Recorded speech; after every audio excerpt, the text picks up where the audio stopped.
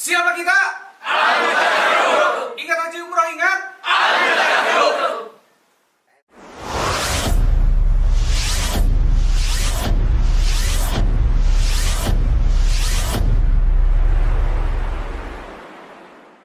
Jidal. Terus namimah.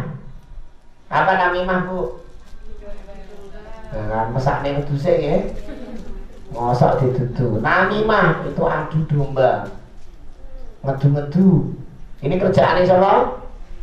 Wanita. Ya. Oh, tidak semua itu ya, Masya Allah ya. Itu tidak boleh ketika kita berihram. Terus masih dengan lisan kita, ya, rafas. Apa bapak-bapak? Rafas. Surah kebutan lagi Pak. Rafas. Orang ngerti juga. Rafas Bu, apa Bu? Salah. Rafas itu ngomong yang menjurus ke arah pornografi, walaupun itu ke suami istri. Ngerayu, Bu, yang kok kita wahayuman to gawe pakaian syar'i, Masya Allah. Aku malah deg-degan ya bang. Nah, enggak boleh Pak ya. Saat umroh enggak boleh, saat ihram enggak boleh.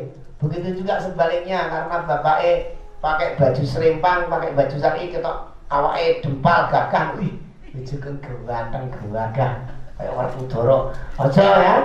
Itu juga tidak boleh. Itu namanya apa? Rafas. Rafas itu kalau dalam hubungan suami istri ketika di luar ihram itu disunahkan Bapak Ibu. Dikongkon malah, bahkan sebelum kita berjima suami istri itu rayunan sik bojone. Bojoku sing ganteng dhewe. Nah, gitu. Ya, tak ajari aja isih nang rayu bojone kok. Sing ora lain rayu tanggane. Jago iki, Pak. Ya, rafas. Ada lagi satu, fitnah. Fitnah juga dilarang. Satu lagi ghibah. Apa ghibah, Bu? Menceritakan orang lain. Pak, dilengkapi ghibah yo, Pak. Menceritakan sesuatu pada orang lain yang apabila ya orang lain itu mendengar, dia nggak akan senang. Walaupun yang diceritakan kenyataan, itu namanya ghibah. Ngomong apa anaknya tapi kurang patut diomongke. Nah, semua itu dilarang ketika dalam keadaan ihram. Lek wis ora ihram,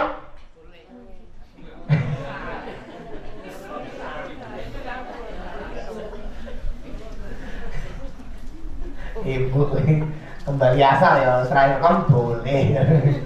Ya mangga orang boleh. Tetap nggak boleh ya. Hal-hal yang tidak baik tadi sing boleh hanya rofas, menikahkan, ngelamar, menikah tadi boleh. Ngerti Pak? Bapak ingin ya? Dilarang menikah ketika ihram. Bar ihram oleh betul? Boleh itu ada ibunya. Dicatat tuh. Catat boleh bar ihram ya Pak ya. Loh kok nggak boleh? Kok sekarang Bu? Boleh, oh Allah aja nggak ngelarang, kok bisa dengan ngelarang itu iya. Dan curhat toh. Di sini saya bukan lagi sebagai konselor atau psikolog ya. Nanti ngadep piambak aja curhat begini. Nah, barakallahu fiik. Jadi secara syariat boleh ya. Berburu juga dilarang ketika ihram, secara syariat boleh. Memetik tumbuhan tanpa sebab syar'i juga dilarang ketika ihram, setelahnya boleh. Ya. Kemudian itu yang larangan. Apa yang disunahkan ketika ihram? Memperbanyak zikir, terutama talbiyah. Sudah sampai di sini ada pertanyaan? Kan masuk gitu loh. Jadi pertemuan minggu depan itu saya tanya terus gitu, jangan jadi jawab, ulangan sekarang ini. Ada pertanyaan betul? Sunah-sunah sebelum ihram dan sunah ketika ihram dan larangan-larangan ihram. Tidak ada pertanyaan, saya itu bisa ya. Saya lanjutkan sunnah ketika ihram. Memperbanyak membaca talbiyah. Ayo bareng-bareng dulu. Labbaik Allahumma labbaik. Labbaik la syarika lak labbaik. Innal hamda wan ni'mata laka wal mulk la syarika lak. Labbaik Allahumma labbaik. Labbaik la syarika lak labbaik. Innal hamda wan ni'mata laka wal mulk la syarika lak. Labbaik Allahumma labbaik. Labbaik la syarika lak labbaik. Innal hamda wan ni'mata laka wal mulk la syarika lak. Menghadap ke saya, angkat tangan seperti artine lengkap. Dikasih ini Ustaznya. Oh seneng ibu ya. Kasih hadiah ayo. Moco ya, kado kok ya. Labbaik Allahumma labbaik. Ya Allah, aku penuhi panggilanmu ya Allah. Aku penuhi panggilanmu. Labbaik la syarika lak labbaik.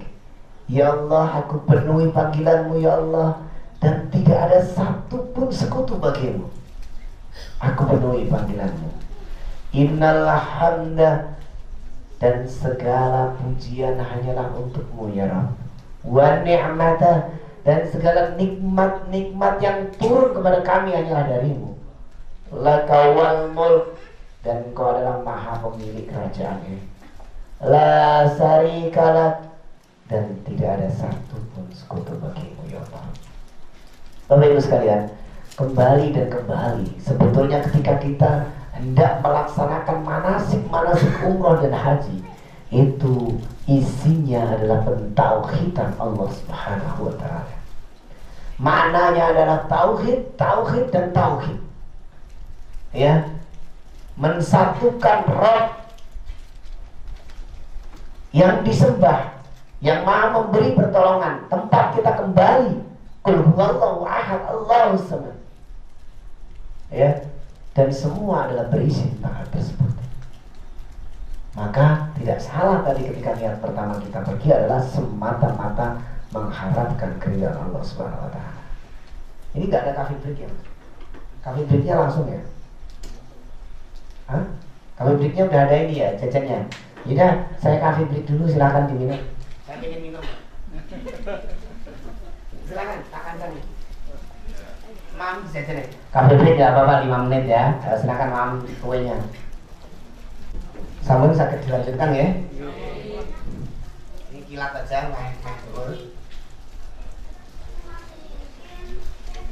Jadi sunah-sunah ketika kita berihram, yaitu membaca talbiyah, kemudian beristighfar, berzikir, ya memperbanyak membaca sholawat, qiraatul Quran, dan yang terakhir apa? Yang terakhir apa? Tidur. Nah, serius ini. Tapi biasanya rata-rata yang jenengan ingat makanya yang terakhir tidur. Kok pada tidur? Nah, boleh Ustaz, tidur salah satu ibadahnya. Ya. Maksudnya tidur itu ketika sudah wis capek, wis pikir capek, sholawatan wis kesel, maca Quran wis kesel.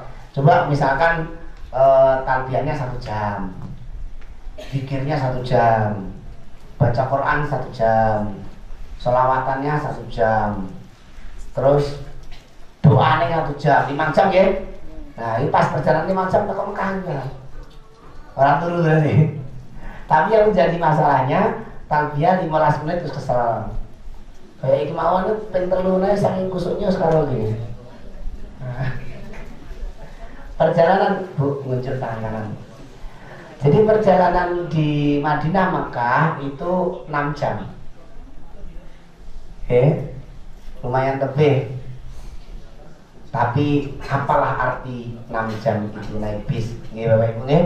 Dulu Rasulullah Shallallahu Alaihi Wasallam ketika beliau hijrah dari kota Mekah menuju ke Madinah, itu beliau naik onta-ontane pelan karena dituntun oleh Abu Bakar. Dan itu pun gentenan kalau Rasulullah. Subhanallah ya, jalan kaki.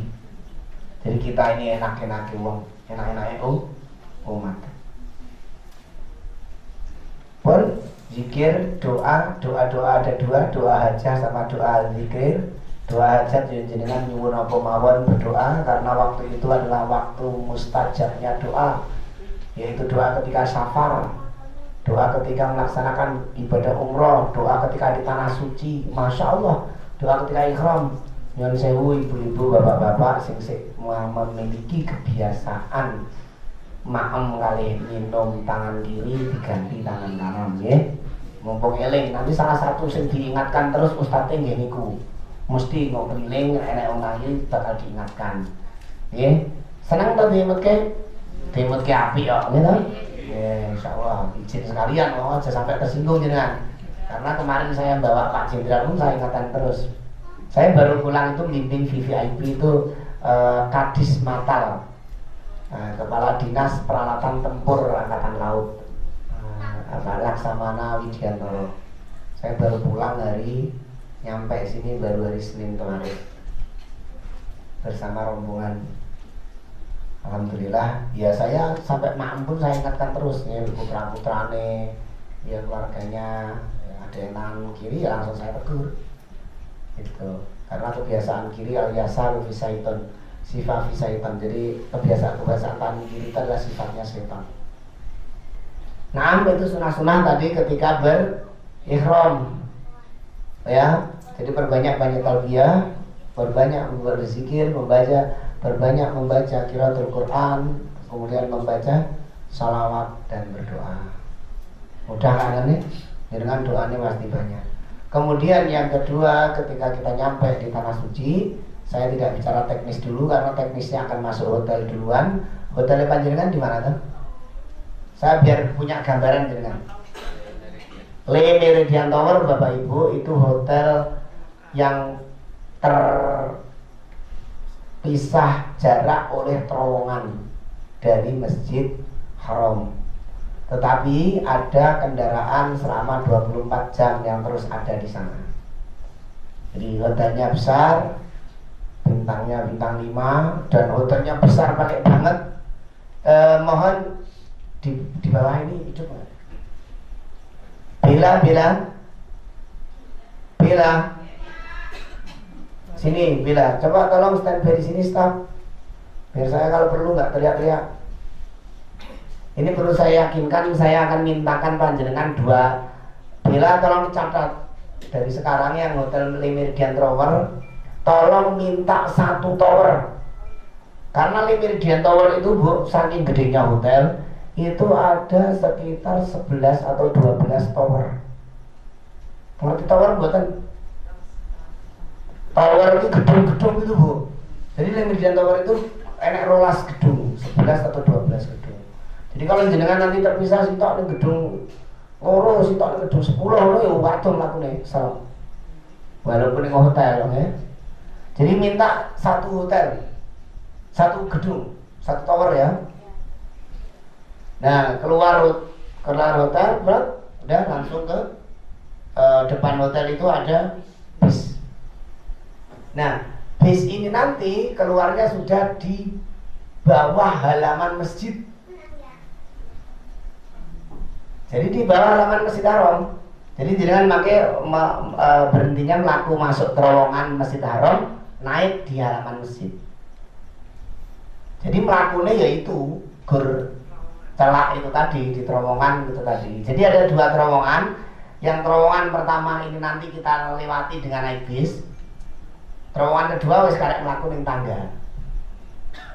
Jadi terowongan itu sejatinya bukan terowongan tapi lantai dasar masjid dan lantai dasar hotel-hotel tower Zam-Zam. Jadi di depan masjid itu ada tower hotel Zam-Zam itu loh Bu, yang gede itu. Kalau di coba Mas tampilkan Mas, tolong. Nggak usah, kamu googling aja langsung biar tak jelaskan. Ini mungkin agak penting ya, biar jenengan nggak kaget gitu ya, nggak shock. Ayo, jadi hotel kita nanti teknisnya di sana itu, Bapak Ibu ke hotel dulu. Dan bisnya bukan bis yang ngangkat jenengan dari Mekah ke Madinah ya, tapi bis khusus dari hotel untuk ngangkat jamaah ke masjid setiap saat, setiap waktu. Saya sambil mau ya. Hotel, ya, jadi jalan kakinya hanya keluar hotel. Hotel itu ada naik tangga kira-kira ya 15 anak tangga, karena hotelnya itu agak turun sedikit gitu. Ini ya, di Presani sini. Oh, cocok ya. Jam-jam tower mana deh? Ini jam-jam tower sebelah sini. Kecilin deh. Terus kecilin lagi. Terus kecilin lagi. Nah, ini jam-jam tower Bu ya. Gambarnya kurang jelas ya. Kurang jelas ya. Intinya ini ya jam-jam tower itu parkirnya bis yang ngangkat jenengan itu di bawahnya sini. Jadi naik ya udah di halaman masjid ini. Gitu. Nah, apa namanya? Hotel kita nyebrang sini. Gitu.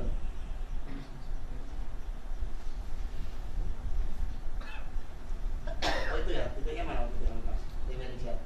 Meridian itu tower. Tower jam-jam ini. Di sini loh, dia harusnya disebut sekitar sini maksudnya hotelnya.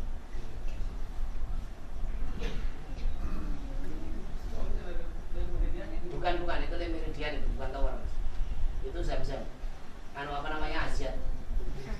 Dia Le Meridian tower. Dia nyebrangnya di sini.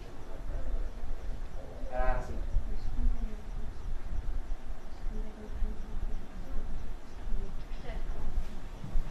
Kalau kuliah jenengan tidak gambarnya malah bingung. Ya. Pokoknya jenengan mungkin di hotel namanya Hotel Meridian. Mantuk meriku masuk kamar dulu, siap-siap boleh mandi tapi ora pakai sabun. Ben segernya awake lar tawaf.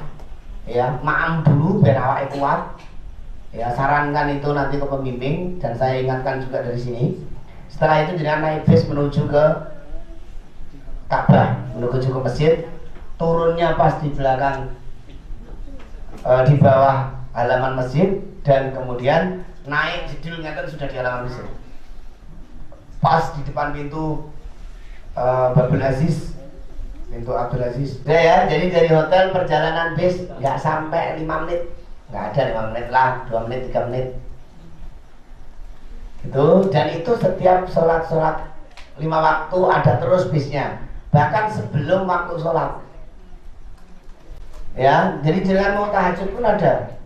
Jangan khawatir, tapi biasakan nanti berkelompok, grup-grup. Genlek hilang, penak golek aneh. Karena kemarin juga Pak Yayat ini kehilangan orang dari jam 2 ketemunya jam 7 pagi. Ternyata orang hilang. Neng ora ketemu, piye kelengarannya? Pripun niku, Pak?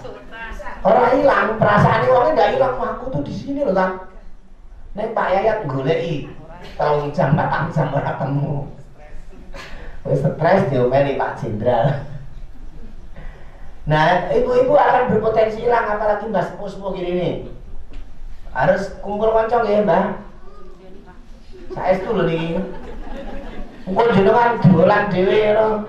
Sing umat kula, Mas Opek tolong peringatan nanti nomor teleponnya diganti, jangan punya saya terus. Yang di kartu ya, diganti ustaz-ustaz pembimbingnya. Saya ini Bu bengi-bengi diteleponin wong, jam 1 bengi telepon wong.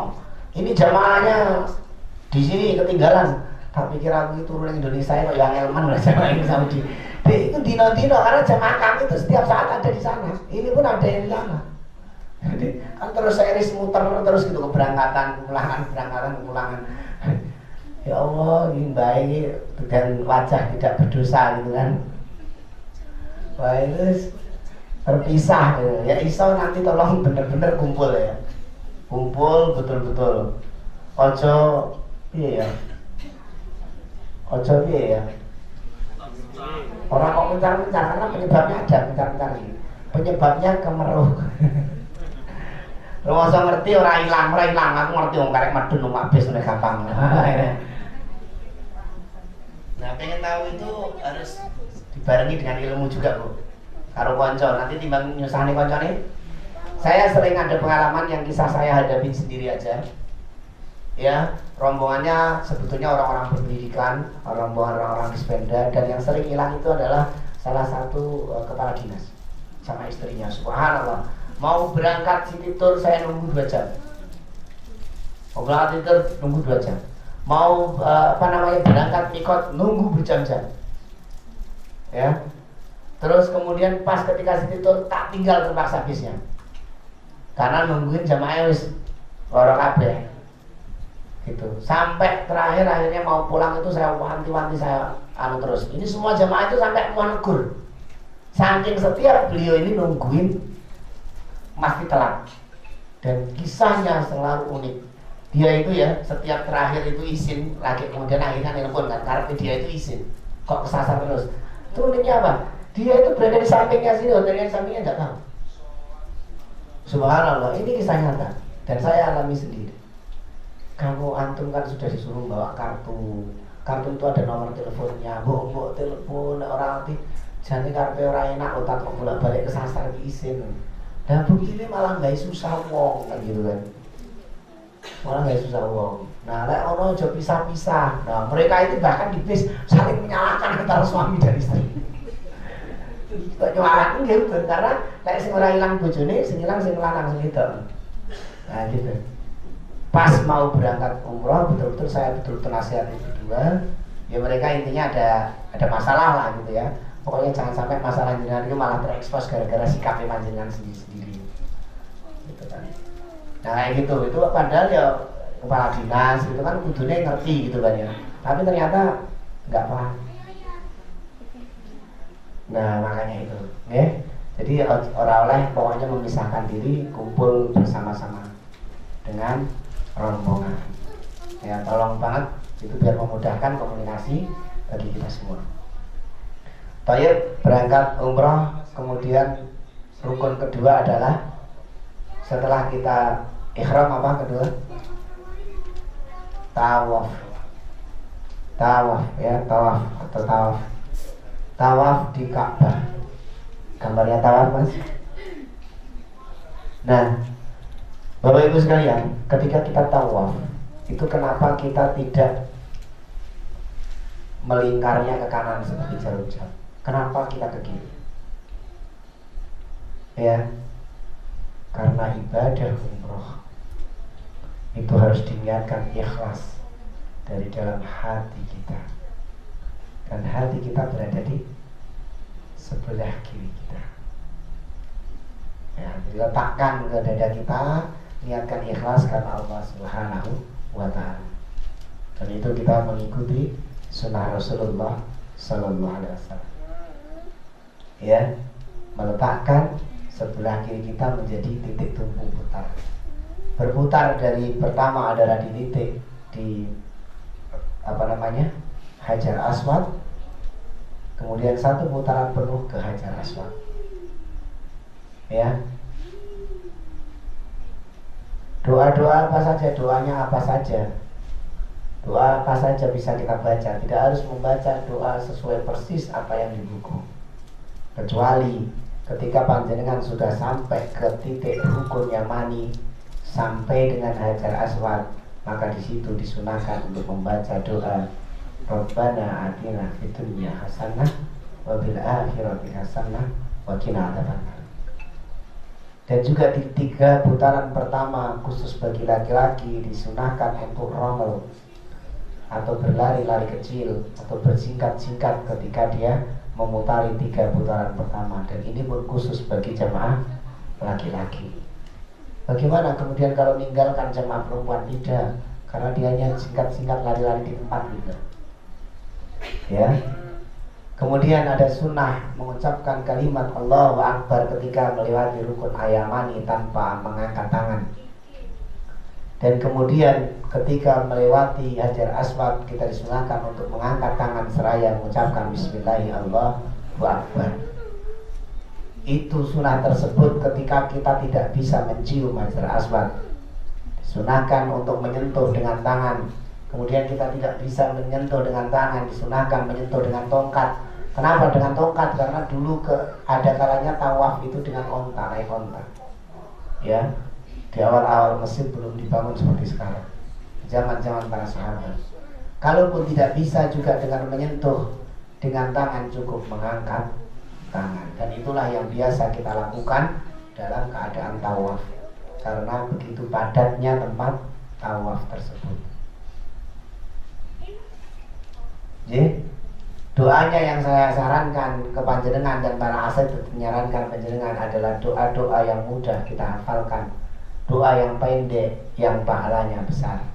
Salah satunya adalah memuji Allah Subhanahu wa taala dengan kalimat subhanallah wa bihamdi subhanallahil alim, atau kemudian melengkapi dengan kalimat subhanallah walhamdulillah wa la ilaha illallah wallahu akbar wala haula wala quwata illa billah.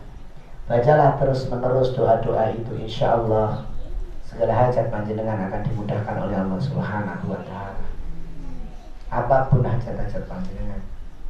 Ya. Dan pada saat itu benar Bu ya, saya yang berulang kali ke sana. Insyaallah tidaklah ketika kita tawaf di Ka'bah, di dalam Masjidil Haram, ketika kita membaca doa-doa itu dengan tulus dan ikhlas, maka tidaklah air mata kita mengalir dengan sendirinya. Hati kita ternyuh, teringat akan dosa-dosa kita dan kematian di depan mata. Insya Allah panjenengan akan khusyuk. Mungkin sebagai seorang istri, ya Allah, eling suaminya, ya Allah dosaku akan mengenal cucuku. Ya Allah, kok selama ini aku sebagai hamba dan sebagai umat kok belum bisa menjadi hamba yang terbaik. Ya Allah, selama ini hidupku masih jauh dari kata rasa syukur padamu. Ya Allah, ya Allah, ya Allah, dan ya Allah, semua makna dan nama-nama Allah kita sebut di sana bukan semata-mata untuk mengagungkan diri kita, melainkan untuk mengecilkan diri kita di hadapan Allah Subhanahu wa taala. Karena ya Allah Maha di atas segala maha, dan disitulah saatnya kita menyerahkan diri-diri kita di hadapan Allah dengan berserah diri serendah-rendahnya, meminta ampunan kepada Allah, meminta kemudahan atas segala urusan kita kepada Allah, dan yang lebih utama diselamatkan diri kita dari fitnah dunia, fitnah kubur, fitnah mahsyar, dan fitnah api neraka, sehingga Allah selamatkan kita semua. Harapannya masuk ke dalam surganya dengan rahmatnya, amin ya rabbal alamin. Bapak Ibu sekalian, setelah kita melaksanakan tawaf, maka kemudian kita menuju ke belakang makam Ibrahim dengan membaca sebuah ayat khutub mim maqami Ibrahim usalli. Di belakang makam Ibrahim, di sana terdapat satu tempat, maka tunaikanlah sholat 2 rakaat di belakang makam Ibrahim. Dan kembali lagi Bapak Ibu sekalian, ketika kita sholat 2 rakaat di belakang makam Ibrahim, isi dan perintah dari sholat tersebut adalah untuk wala wal barok, mentauhidkan Allah, kemudian berlepas diri dari orang-orang kufar.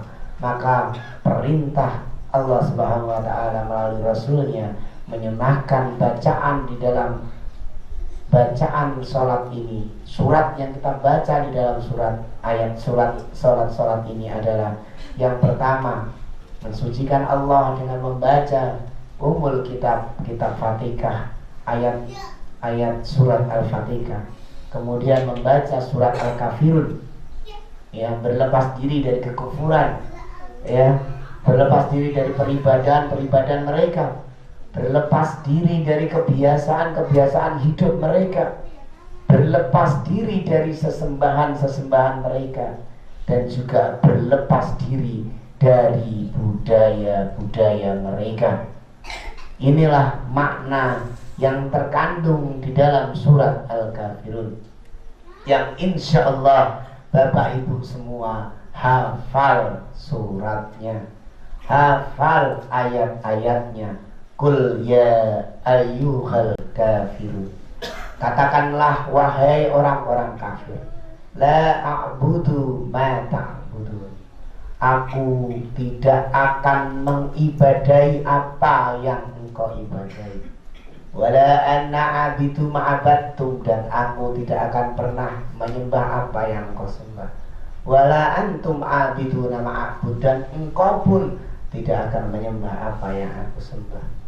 Lakum dinukum waliyadin, bagimu agamamu, bagimu urusanmu, bagimu budayamu, bagimu kebiasaanmu. Bapak Ibu sekalian, kalimat ini Masya Allah adalah wala wal bara, pengingkaran dan pencintaan yang tepat, ya, yang tanpa kita sadari kita ini terkontaminasi oleh budaya-budaya mereka. Kita ini tanpa kita sadari ikut-ikutan oleh budaya-budaya mereka, yaitu budaya-budaya orang kafir yang jelas-jelas Allah Subhanahu wa ta'ala menurunkan satu surat khusus, surat pendek yang apabila kita mendalami maknanya, ini bentuk pengingkaran terhadap mereka. Kemudian Bapak Ibu sekalian, di rakaat kedua Allah mensyariatkan kepada kita untuk membaca kembali suratul Fatihah dan surat Al-Ikhlas. Maka kembali setelah kita wala wal bara, berlepas diri dari budaya kafir, maka kita kembali mengikhlaskan diri kita, mentauhidkan Allah Subhanahu wa ta'ala sebagai sesembahan kita, sebagai tempat kembalinya segala urusan-urusan kita, sebagai tempat permohonan pertolongan atas segala permasalahan kita, bukan di medsos. Itu utama mbak-mbak ini, bukan ibu-ibu. Kalau ibu-ibu ora begitu loh. Enak masalah kok titik di medsos, ya, di status. Gak akan Bapak Ibu sekalian. Kalau kita mau jujur, saya tanya dan jawablah, siapa yang memberi rezeki kepada kita? Siapa? Siapa yang memberi penyelesaian atas masalah kita? Siapa yang memberikan kebaikan-kebaikan kepada kita? Siapa yang menyelesaikan masalah-masalah kita? Lantas untuk apa jenengan status di Facebook, di WA, ya, curhat di sana? Nggak ada gunanya. Kalaulah semua penyelesaian atas urusan kita adalah Allah, maka cukuplah Allah tempat kembalinya segala urusan-urusan kita.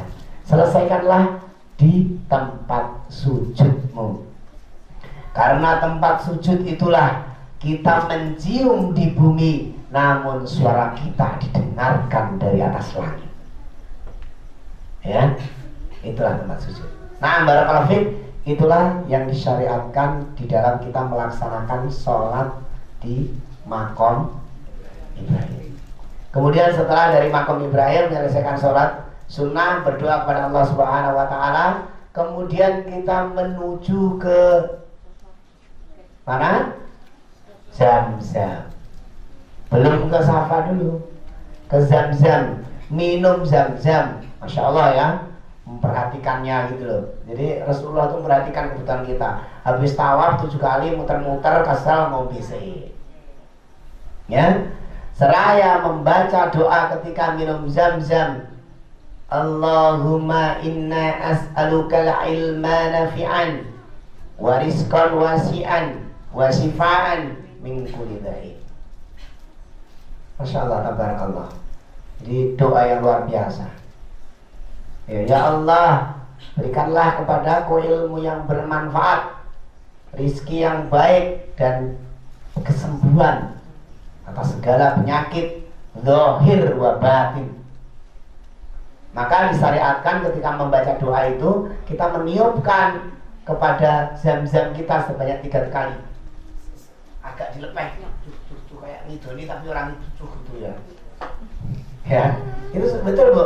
Itu kalau jenengan baca ini tafsirnya surat apa namanya doa ini itu gitu. Jadi saya meniupkan sambil agak melepeh. Wah. Kemudian diminum dan terakhir disiramkan di atas kepala kita.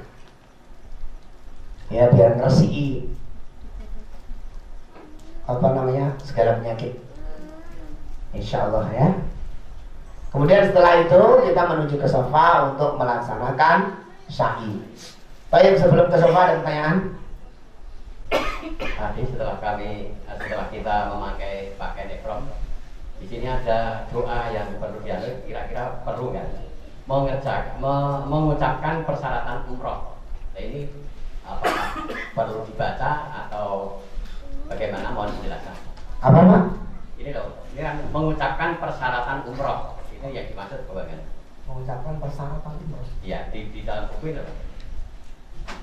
Coba Mas Opek cek. Nah ini apabila nanti dalam melaksanakan umroh tidak bisa selesai, lah kita bisa kalau di maksudnya bukan itu ketika kita dalam kondisi sakit Pak. Nah, jadi itu hanya untuk orang-orang yang sakit, ya. Itu hanya untuk orang-orang yang sakit, gitu Pak. Jadi kita kan nggak sakit insya Allah. Jadi itu dikhawatirkan sakit dan tidak bisa menyelesaikan ritualnya. Jadi disitulah dia akan bertahalul, itu maknanya. Ya, terima kasih. Ya.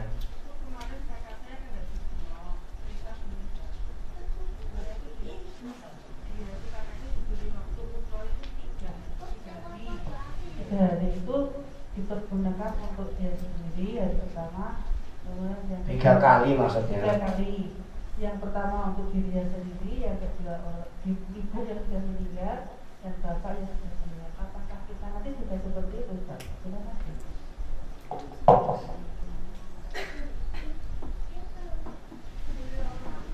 Yang pertama kali sebetulnya ini bahasannya nanti sangat rinci ya. Yang pertama kali bagaimana hukum atau syariatnya umroh dalam 1 kali safar. Yang kemudian bagaimana kaidah para ulama menyikapi pengambilan mikot di tan'im atau di luar daripada tempat-tempat mikot yang sudah ditentukan. Jadi Bapak Ibu sekalian, ada 5 tempat mikot yang sudah ditentukan oleh Allah Subhanahu wa taala yang memang itu sifatnya udah ma'ruf, sudah cukup dikenal dan dimaklumi bersama. 5 tempat mikot itu yang pertama adalah di Zulhulaifah atau Bir Ali, kemudian di Yalamlam, kemudian di Al-Iraqi, kemudian yang keempat di Qarn Manazil, dan yang kelima adalah di Astagfirullahaladzim. Bukan. Di mana itu ada, coba Mas jangan itu nih, coba di 5 tempat mikot. Itu ada di mikot ya. Adapun Girona, terus kemudian Hudaybiyah, kemudian di apa namanya Tan'im, terutama di Tan'im yang biasa untuk mengambil mikot, itu adalah mikot kekhususan untuk apa namanya Aisyah, kisahnya tentang Aisyah. Dan itu nanti rinci, nanti biar persepsinya sama, itu nanti yang akan menjelaskan mengambil sikap bahwa 1 kali safar itu adalah sekali umroh. Tetapi kami memberikan kesempatan bagi teman-teman yang memahami atau meyakini bahwa bolehnya umroh berulang kali, tetapi saran saya harus dengan ilmu, karena biar kalau kita mengamalkan sesuatu tanpa ilmu, elok-elokan kan mesaknya banget ya, itu akan sia-sia juga apa namanya amalnya. Itu akan diantarkan ketika kita situr, yaitu ketika kita sekalian jalan di Mekah, itu akan diantarkan mengambil mikot dan nanti akan didampingi oleh mutawif. Jadi nanti ada mutawif yang memang di Saudi mendampingi. Nah, adapun yang ketiga kalinya itu wallahualam mungkin ditemenin, kalau memang ada yang pingin lagi ditemenin. Tetapi kita tidak ada fasilitas itu, gitu. Jadi kita memang tidak memfasilitasi itu. Tadi gimana yang pertama untuk siapa? Terus yang kedua? Kalau bapak ibunya masih ada, saudaranya yang tidak bisa ke sana atau dalam keadaan mungkin di rumah atau seterusnya gitu ya. Itu intinya adalah untuk diri sendiri dan membadalkan umroh. Itu intinya itu tadi dari setiap yang disebutkan tadi. Dan itu juga ada kajian khusus Bu tentang hukum badal umroh. Badal umroh itu untuk siapa sih yang afdol gitu ya. Badal umroh itu adalah untuk saudara kita, keluarga kita yang sudah meninggal dunia, yang memang memiliki azam atau niat untuk berumroh. Itu yang lebih utama. Terus yang kedua adalah orang yang meninggal di antara keluarga kita yang belum berumroh. Itu badal umroh. Tapi kapan membadalkan dan siapa yang membadalkan, itu juga perlu rincian yang cukup panjang.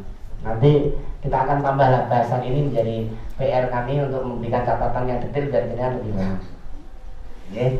Ala kulihal tafadhol nanti. Tapi kalau mau berangkat umroh, kita itu ingin membimbing panjenengan semua itu benar-benar sesuai dengan tuntunan Quran dan Sunnah. Artinya adanya Quran dan Sunnah mengajarkan kita seperti apa, itulah yang akan diajarkan kepada kita. Karena ibadah itu tidak cukup baik. Maaf ya, ibadah yang kita lakukan Bapak Ibu sekalian, mungkin kok Pak Rizky, Ustaz Rizky kok agak beda gini. Bapak Ibu sering dengar bahwa ibadah yang penting baik. Tidak. Saya kasih contoh ya. Kebaikan ibadah kalau yang penting baik. Orang itu sholat sunnah 2 rakaat sama 4 rakaat, kira-kira apa inti? Apa inti Bapak Ibu? 4 ya. Tapi saya tanya jenengan, kalau jenengan sholat subuh terus 4 rakaat itu gimana? Kenapa? Karena nggak sesuai dengan contoh dan tuntunan. Jadi tidak mesti yang banyak itu baik. Umroh ping 10 ya apa-apa, penting ning kono, mumpung ning kono. Iya, ada nggak kira-kira yang mencontohkan seperti itu? Rasulullah mencontohkan nggak seperti itu?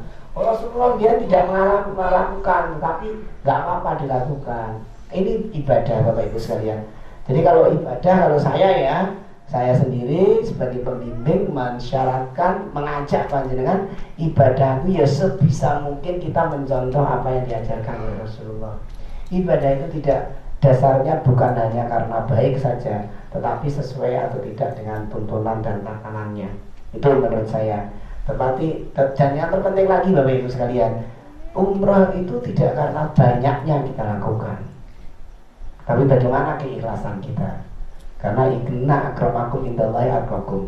Karena derajat kita di sisi Allah Subhanahu wa taala itu karena apa? Ketakwaan kita di sisi Allah Subhanahu wa taala. Maka keikhlasan panjenengan sesuai tuntunan dan syariatnya, nah itu yang akan kita dinilai di hadapan sisi Allah Subhanahu wa taala. Nah, memang Bu, membadalkan tadi syarat utamanya adalah sudah pernah melakukan. Jadi panjenengan sudah pernah melakukan umroh, baru boleh membadalkan umroh. Itu memang betul. Dari poin itu betul. Tetapi apakah kemudian saat itu juga terus umroh berulang kali? Nah itu perinciannya panjang ya. Tapi kalau jenengan yakin itu boleh, bukan katanya dan katanya. Misalkan jenengan meyakini, karena memang ada dua perbedaan pendapat ya. Terus jumhur ulama, kesepakatan para ulama itu dilakukan setelah para tabiin udah lampau, artinya orang mutaakhir.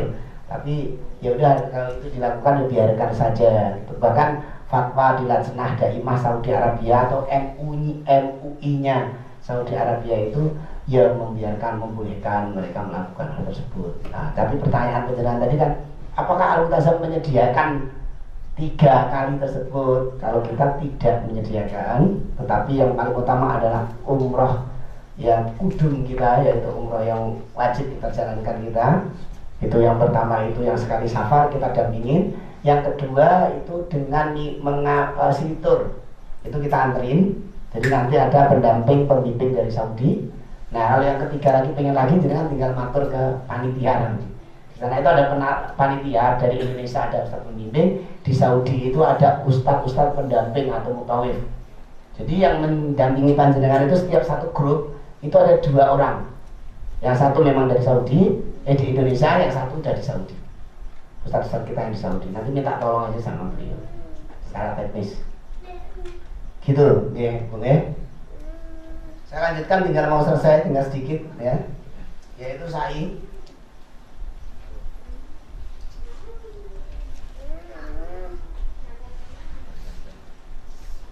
Habis dari Zam-Zam kita ke sa'i, ya.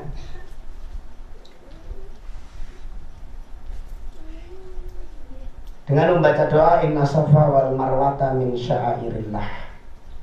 Jadi naik ke Bukit Safa dan Marwah karena ini adalah syiar-syiar Allah Subhanahu wa taala. Sebetulnya di sini juga banyak nilai tauhid, nilai pengabdian seorang istri ke suaminya, keyakinan terhadap Allah Azza wa Jalla, kisahnya Hajar yang kemudian tinggal di sana berlari dari kanan ke kiri dan lain sebagainya. Kalau kita mau detailkan ya, itu adalah banyak nilai-nilai yang terkandung di sana. Ya, nanti semoga manasik kedua kita bisa hadir tepat waktu dan bisa mengkaji lebih dalam lagi tentang manasik tersebut. Gitu ya. Nah, sa'i adalah perjalanan yang dimulai dari Bukit Safa menuju Marwah, ya, yang itu kurang lebih jalannya sekitar berapa ya? 450 sekian, hampir 500-an meter, ya, sebanyak 7 kali, jadi sekitar 3 kiloan, 3,5 kilo jalan kaki. Dan itu jangan bayangkan panas atau tidak, itu di dalam gedung, di dalam bangunan gedung sa'inya kita itu, dan koncone ewon remuame, jadi ora kroso jalannya panjenengan. Yang setiap di Bukit Safa jenengan disunahkan untuk berdoa menghadap ke kiblat dengan doa-doa zikir la ilaha illallah wahdahu la syarika lahu lahul mulku wa lahul hamdu wa huwa ala kulli syai'in qadir. Ini adalah doa-doa pentauhidan Allah lagi. Ya, insya Allah nanti akan dibimbing dan didampingi oleh pembimbing. Kemudian setelah berdoa khusyuk, kita kemudian melangkahkan kaki kita menuju Marwah. Begitu juga di Marwah nanti berdoa lagi, dan begitu seterusnya. Khusus laki-laki di setiap tanda hijau panjenengan lari. Ada tanda hijau di sana, ya, dengan lari di situ. Ya, seraya membaca satu doa, Rabbighfir warham innaka ta'lam alam ya'lam. Ya, jadi itu khusus laki-laki. Nanti perempuannya nggak boleh lari. Nah, terus ditunggu. Nanti di ujung ditunggu, Bu. Jangan khawatir, nggak usah ditinggal, nanti ditunggu. Dan seterusnya. Safa dan Marwah ke Safa dihitung 1 kali. Jadi kalau PP sudah 2 kali ya. Safa Marwah 1, Marwah Safa 2, Safa Marwah lagi 3. Jadi bermula dari Safa berakhir di Marwah. Tapi karena jalan keluar dari masjid itu di tempat pintu Safa, dengan nanti bonus nambah melaku sidik ke pintu, pas nambah 1, tapi itu nggak dihitung sa'i. Sudah ada pertanyaan di sini? Tolong bukunya dibaca di rumah, ya. Semua ada dapat bukunya? Nanti terutama yang tanggal 15 komunikasi intens sama Pak Topik ya, Mbak. Kapan berangkatnya dari Solo, nanti biar jangan sampai lupa. Mas Topik dicatat nomornya, Mas Topik. Udah ya? Tanya itu. Apa nanti kemudian naik pesawat atau apa gitu. Karena ini sudah azan zuhur, mari kita jamaah. Ibu-ibu musolanya yang lurus sebelah kiri kalau dari sini, bapak-bapak yang kanan. Oke? Bapak tempat wudhunya ada, tolong dipersiapkan teman-teman tempat wudhunya, jangan sampai airnya enggak ini. Habis itu baru kita makan siang bersama sambil tanya jawab santai. Untuk sementara dulu kami cukupkan sekian. Subhanallah wa bihamdika, asyhadu an la ilaha illa anta, astaghfiruka wa atubu ilaik. Tafadhol Bapak Ibu sholat. Oke. Mas Muktil adzan dulu ya.